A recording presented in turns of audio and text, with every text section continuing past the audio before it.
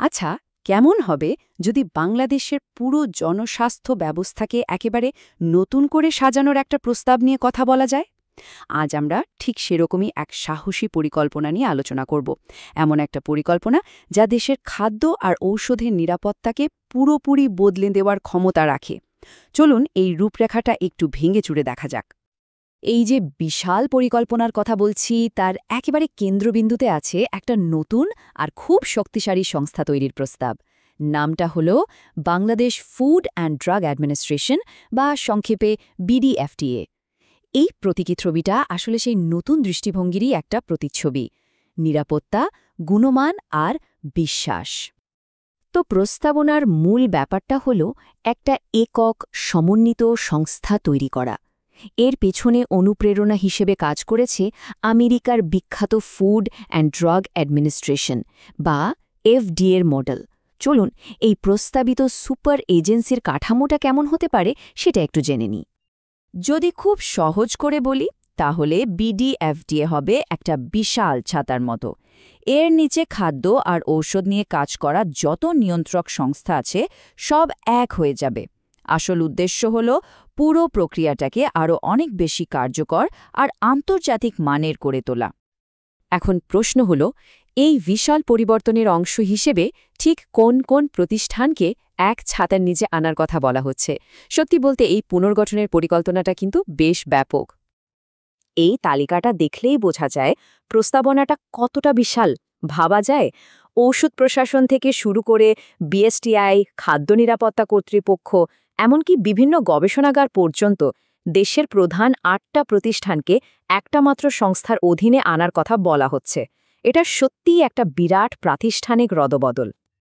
দেখুন, এর মূল লক্ষ্য কিন্তু শুধু কয়েকটা প্রতিষ্ঠানকে এক করে দেওয়া নয়, বরং পুরো সিস্টেমটাকে এমনভাবে ঢেলে সাজানো যাতে দেশের প্রত্যেকটা মানুষ নিরাপদ খাবার আর ঔষধ পায়, আর আন্তর্জাতিক বাজারেও যেন বাংলাদেশের পণ্যের গ্রহণযোগ্যতা বাড়ে। তবে সবচেয়ে জরুরি বিষয়টা হল মানুষের আস্থা ফিরিয়ে আনা। এতক্ষণে হয়তো অনেকেই ভাবছেন, এত বড় আর গোছানো একটা পরিকল্পনা এটা হঠাৎ করে এলো কোথা থেকে? না, এটা কোনো সাধারণ সরকারি রিপোর্ট বা গবেষণাপত্র নয়। এর পেছনে আছে আরও অনেক বড় একটা দর্শন। চলুন এর উৎসটা খুঁজে দেখা যাক। এই একটা বাক্যই আসলে পুরো বিষয়টার গভীরতা বলে দেয়। প্রস্তাবনাটাকে শুধু একটা রিপোর্ট হিসেবে দেখা হচ্ছে না, এটাকে বলা হচ্ছে একটা ইশতেহার বা ম্যানিফেস্টো, মানে একটা সম্পূর্ণ জাতীয় পরিবর্তনের নীল নকশা। আর এই সব কিছুর উৎস হল দ্য আর্কিটেক্টস অফ টুমরো নামের এই বইটি। এর লেখক গুরু মোহাম্মদ দেলওয়ার হোসেন। তার মানে বিডিএফডিএর যে ধারণা, সেটা আসলে আরও অনেক বড় একটা চিন্তার অংশ মাত্র। এই বইটা মূলত বাংলাদেশের নবজাগরণের জন্য বিপ্লব নামে একটা সামগ্রিক দর্শন তুলে ধরে। অর্থাৎ খাদ্য ও ঔষধ নিরাপত্তার এই সংস্কারের প্রস্তাবটা কোনো বিচ্ছিন্ন ধারণা না, বরং এটা দেশকে নতুন করে জাগিয়ে তোলার এক বিশাল পরিকল্পনার একটা অংশ। কিন্তু গল্পটা এখানেই শেষ না। বিডিএফডিএর বাইরেও এই ইশতেহারের স্বাস্থ্য খাত নিয়ে আরও কিছু বেশ বৈপ্লবিক, মানে চমকে দেওয়ার মতো প্রস্তাব আছে। চলুন দেখা যাক স্বাস্থ্যসেবাকে আর কিভাবে বদলে দেওয়ার কথা বলা হয়েছে এখানে। সবচেয়ে বড় প্রস্তাবগুলোর একটা হল, যে কোনো রোগীর চিকিৎসার যে খরচ হবে তার ৭৫%, মানে ৪ ভাগের ৩ ভাগই বহন করবে সরকার বা স্বাস্থ্য মন্ত্রণালয়।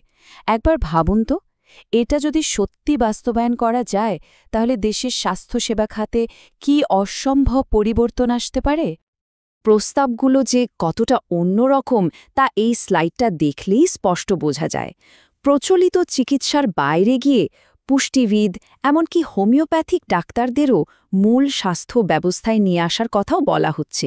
আর ডায়াবেটিসের চিকিৎসায় রাসায়নিক ঔষধ অবৈধ করার প্রস্তাবটা তো বিশেষভাবে আলোড়ন ফেলার মতোই। এই রূপকল্প কিন্তু শুধু স্বাস্থ্য খাতেই থেমে নেই, এটা সমাজ এবং শিক্ষা ব্যবস্থাকেও স্পর্শ করেছে।